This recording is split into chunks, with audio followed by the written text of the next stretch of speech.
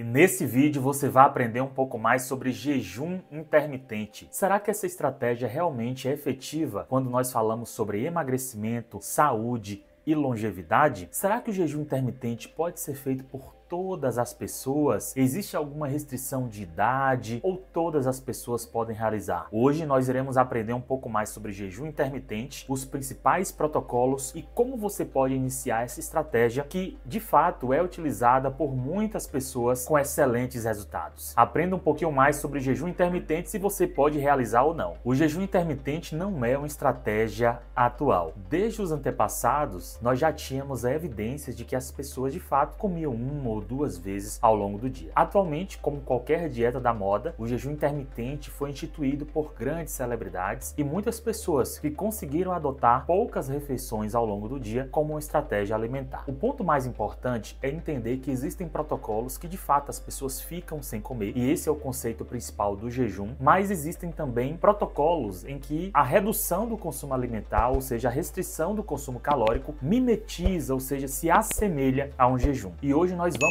entender um pouquinho mais sobre esses protocolos diferentes.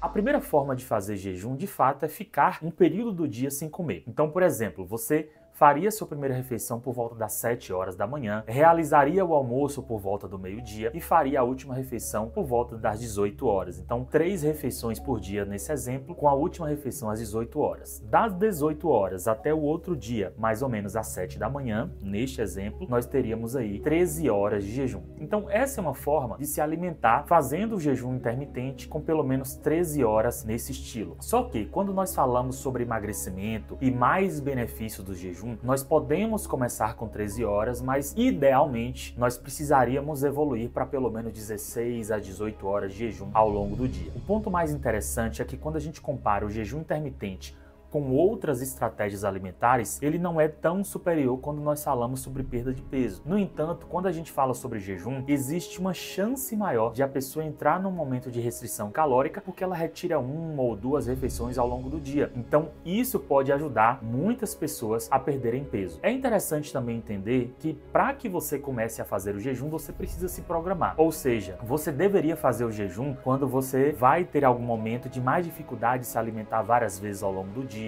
quando você é plantonista, por exemplo, trabalha em um hospital e você não pode comer várias vezes ao longo do dia. Então, existem momentos mais propícios de instituir o jejum como estilo alimentar. É interessante entender também que quando a gente fala sobre jejum intermitente, para que você obtenha todos os benefícios relacionados à saúde, à qualidade de vida, à redução da inflamação, à melhora do sistema digestivo, você precisa melhorar sua alimentação também. Então, não adianta nada você realizar o jejum intermitente, sendo que a tua última refeição não é uma pizza, é uma farinha, é alimentos ricos em açúcar. Isso vai detonar, isso pode piorar a sua estratégia de jejum. É muito importante entender também que, idealmente, você deve começar com poucas horas no jejum, então 12, 13 horas, e evoluindo gradativamente. A última refeição, quando você sai do jejum, deveria ser uma refeição com redução das quantidades de carboidrato. Além disso, você pode instituir também gorduras boas nessa última refeição junto com proteínas. Por exemplo, abacate, bacon, ovos mexidos. Isso vai propiciar uma melhor evolução no jejum, porque se você come uma pizza, uma farinha, um doce na última refeição antes de entrar no jejum, isso pode gerar um pico de insulina, uma redução da glicemia e mais fome ao longo do jejum. Então é muito importante que você adote essa estratégia para que você não sinta muita fome ou fraqueza no período de jejum. Quais substâncias, quais líquidos estão liberados no jejum? Água.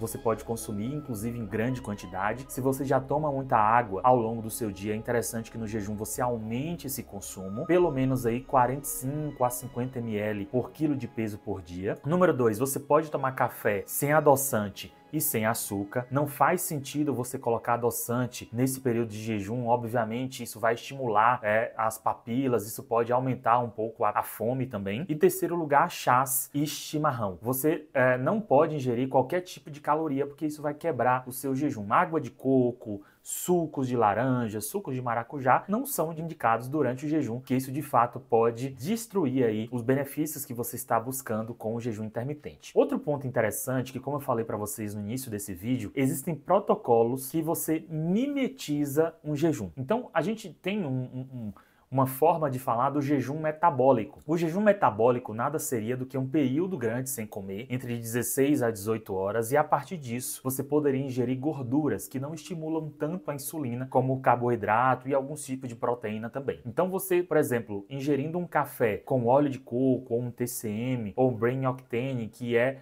uma gordura ainda mais quebrada que pode melhorar a sua cognição, o seu desempenho mental, você pode colocar aí nesse café entre 16 a 18 horas para que você consiga continuar nesse jejum sem muito desânimo, muita fraqueza, muito mal-estar. É interessante que você consuma isso, lembrando que vai quebrar o jejum, mas lembrando que também existem esses protocolos que mimetizam o jejum. Você não vai ter tanta liberação de insulina e você pode continuar aí para as 20 horas, 24 horas de jejum, se o teu protocolo for mais extenso. Quais alimentos eu devo utilizar ao quebrar o meu jejum? Sobretudo proteínas e gorduras. Então você pode comer, por exemplo, amendoim, castanha, você pode começar ali com a saladinha com um pouquinho de abacate. Muito cuidado com o excesso de gordura, porque isso vai aumentar o teu consumo calórico e pode prejudicar o seu processo de emagrecimento. Você pode também fazer um caldo de ossos, inclusive depois eu vou trazer um vídeo aqui explicando um pouquinho mais sobre isso. O caldo de ossos sinaliza para o teu intestino que está vindo comida, né?